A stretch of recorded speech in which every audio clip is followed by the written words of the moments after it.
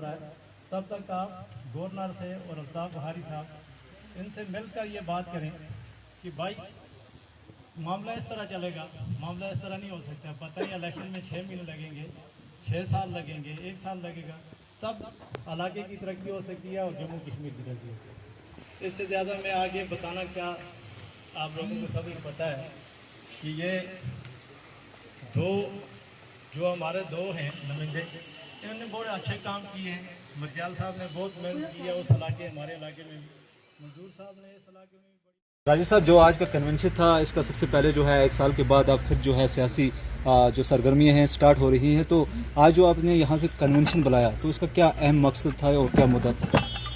ये ताहिर साहब, ऐसा है कि आपको पता ही है कि हमने 8 मार्च को अपनी पार्टी लॉन्च की थी श्रीनगर में जी। उसके बाद हम ऑनरेबल प्राइम मिनिस्टर साहब से मिलने गए और होम मिनिस्टर साहब से भी मिले। तो कई बार हमारी टीम जो है वो गवर्नर साहिबान से मिल चुकी है, चाहे वो सत्यपाल मलिक थे, ये अपने मरमू साहब से मिली 3 दफ़ा। तो ये कोविड-19 के फैल जाने के बाद सारी पॉलिटिकल एक्टिविटीज़ जो है वो मफलूज हो गई थी और सरकार ने भी SOP लगा दी थी, जिसका हमने पूरा पालन किया और हमने कोशिश की कि भाई हम किसी जगह भी वायलेट इस SOP के ना करें।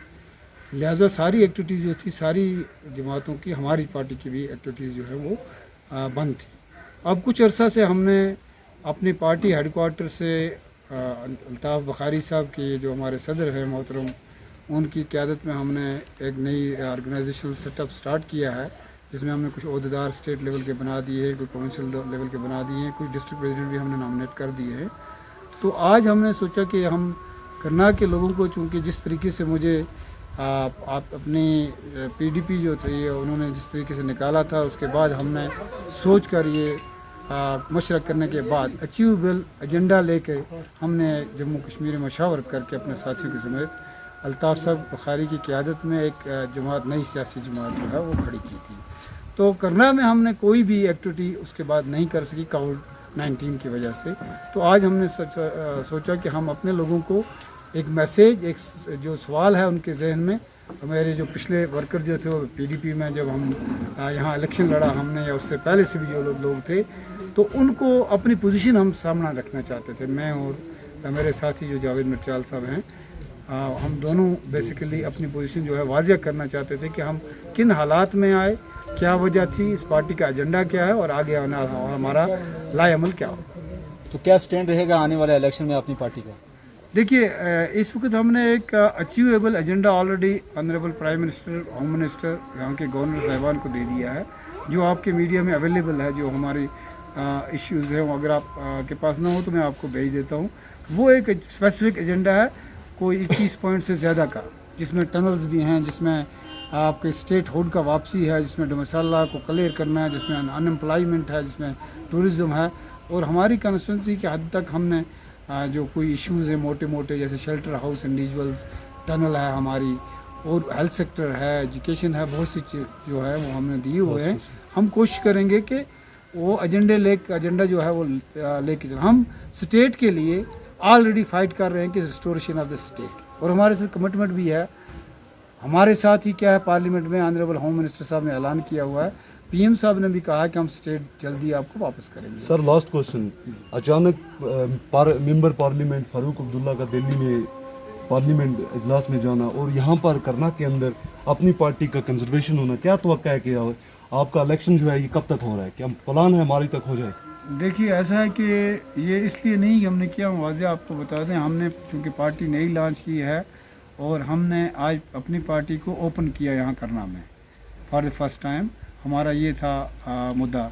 जहाँ तक फारूक साहब के पार्लियामेंट में जाने का ताल्लुक है, वो इलेक्टेड रिप्रेजेंटेटिव हैं, तो उनको पार्लियामेंट में जाना ही था, क्योंकि पिछली बार वो उनके कहने के मुताबिक वो हाउस अरेस्ट थे।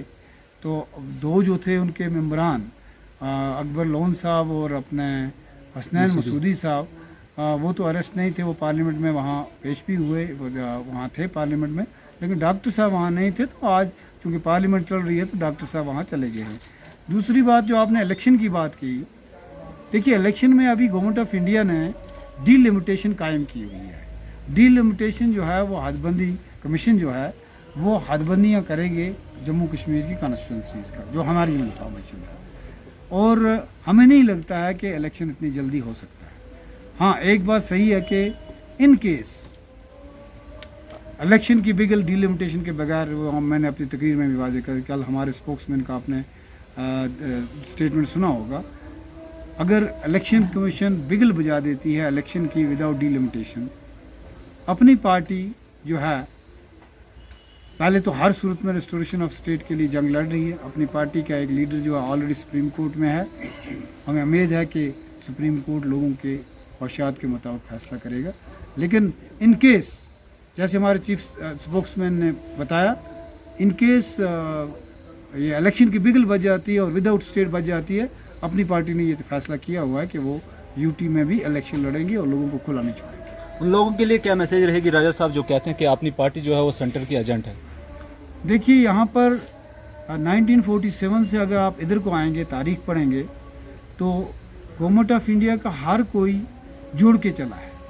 शेख साहब एक ज़माने में प्राइम मिनिस्टर थे, वही शेख साहब 1975 में चीफ मिनिस्टर की कुर्सी पर बैठे। इंदिरा, ये उमर, राजू, फारूक और राजू अकॉर्ड हुआ।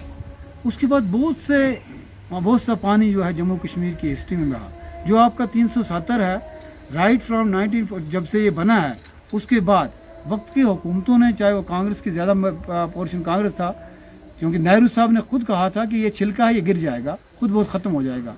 दे were not sensitive about it.